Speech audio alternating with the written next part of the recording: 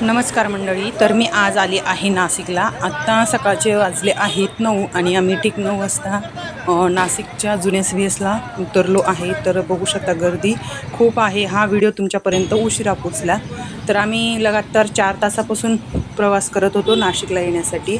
तर मग आम्ही इथं आलेलो होतो डॉक्टरकडे जायला, म्हणजे दवाखान्यामध्ये जे साहेबांची ट्रीटमेंट इथे चालू आहे.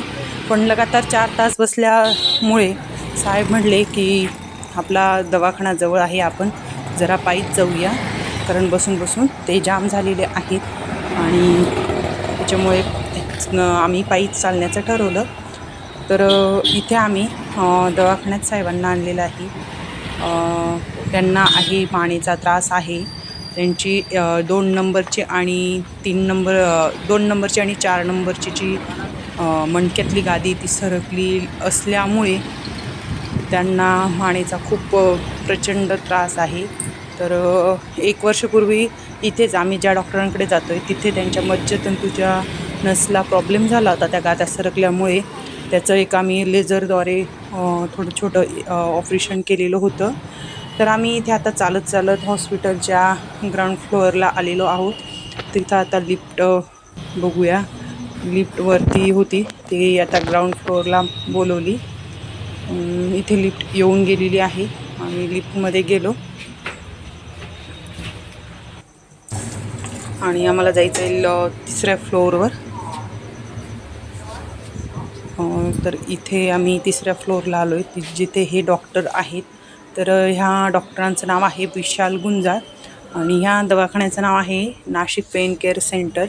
तर मी यांचे खूप धन्यवाद करू इच्छिते की माझ्या मिस्टरांचा खूप म्हणजे त्यावेळेस खूप कंडिशन बोगस झाली होती. मला खूप असं हे झालं होतं त्यावेळेस, पण हे डॉक्टर आम्हाला मिळाले ज्याच्यामुळे साहेबांची कंडिशन आता चांगली झाली आहे. बेटर म्हणजे 50% तरी त्यांना गुण लागलेला आहे. पण अजून त्यांना यावेळी अचानक त्रास झाला, त्याच्यामुळे मला इथे अचानक घेऊन यावं लागलं. आणि तसंही महिन्याचा फॉलोअप असतो त्यांचा. तर हे एकदम स्वच्छ असं मस्त असं त्यांचा दवाखाना आहे ना. ज्यांना नसेचा प्रॉब्लेम असेल, मणक्यांचा प्रॉब्लेम असेल तो इथे कवर होऊ शकतो. आम्ही सकाळी लवकर आलेलो होतो. अपॉइंटमेंट आमची 10ची होती. इथे TV बंद झाली आहे. तर आम्ही आता डॉक्टरांना भेटायला जात आहोत. तर आता आम्ही डॉक्टरांना भेटलेलो आहेत. त्यांनी आम्हाला एक छोटीशी ट्रीटमेंट सांगितलेली. ती ट्रीटमेंटची इथे ते प्रोसेस करता आहे आणि जे फॉर्म आहे त्यांच्यावर साहेबांकडून पण साईन घेत आहे आणि माझ्याकडून पण घेतलेली आहे. तर तुम्ही व्हिडिओमध्ये बघू शकतात की साहेबांना किती बसण्याचा त्याचा त्रास होतो.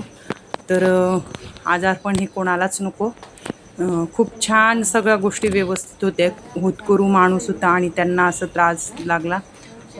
मला तरी असं वाटतं नको, हा पुरुषाला तरी असा त्रास नको, कारण खूप काम असतात पुरुषांचे. स्त्रिया किती कवर करतील नाही का, पण त्रासच्या मानाला खूप असं काम ते करत असतात. इथे सगळी प्रोसेस झाली आहे. आता साहेबांना नेलं आहे ऑपरेशन थिएटरमध्ये. तर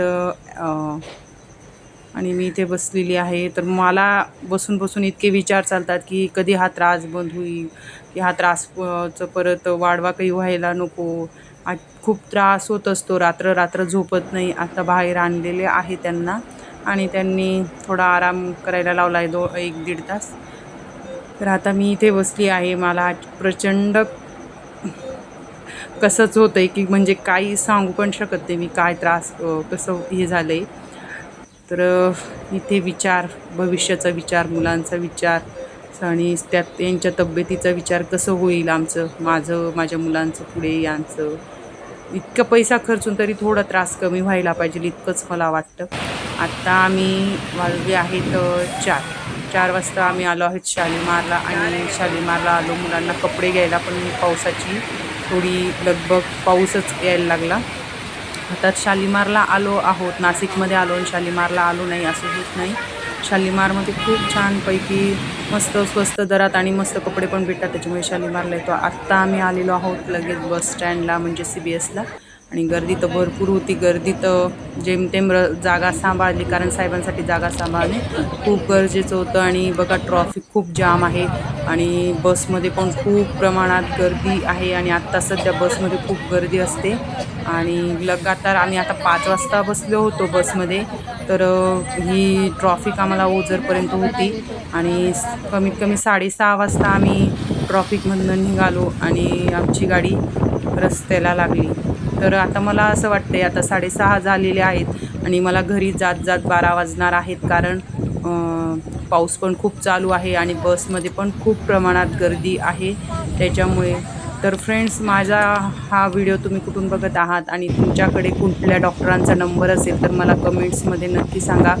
मी त्या डॉक्टरांपर्यंत माझ्या मिस्टरांना घेऊन जाईल, कारण खूप प्रमाणात त्यांना त्रास होत असतो आणि तो त्रास मी बघू शकत नाही. इतका प्रमाणात त्रास ते कसं सहन करतात त्यांना माहिती. आणि 2020पासून त्रास आहे. 2020पासून मी नाशिकच्याच फेऱ्या घालत आहे. जर कुणाकडे नंबर किंवा कुठला डॉक्टरचा पत्ता असेल तर कमेंटमध्ये नक्की सांगा. आणि चला मग भेटू पुढच्या ब्लॉगमध्ये. तोपर्यंत बाय बाय.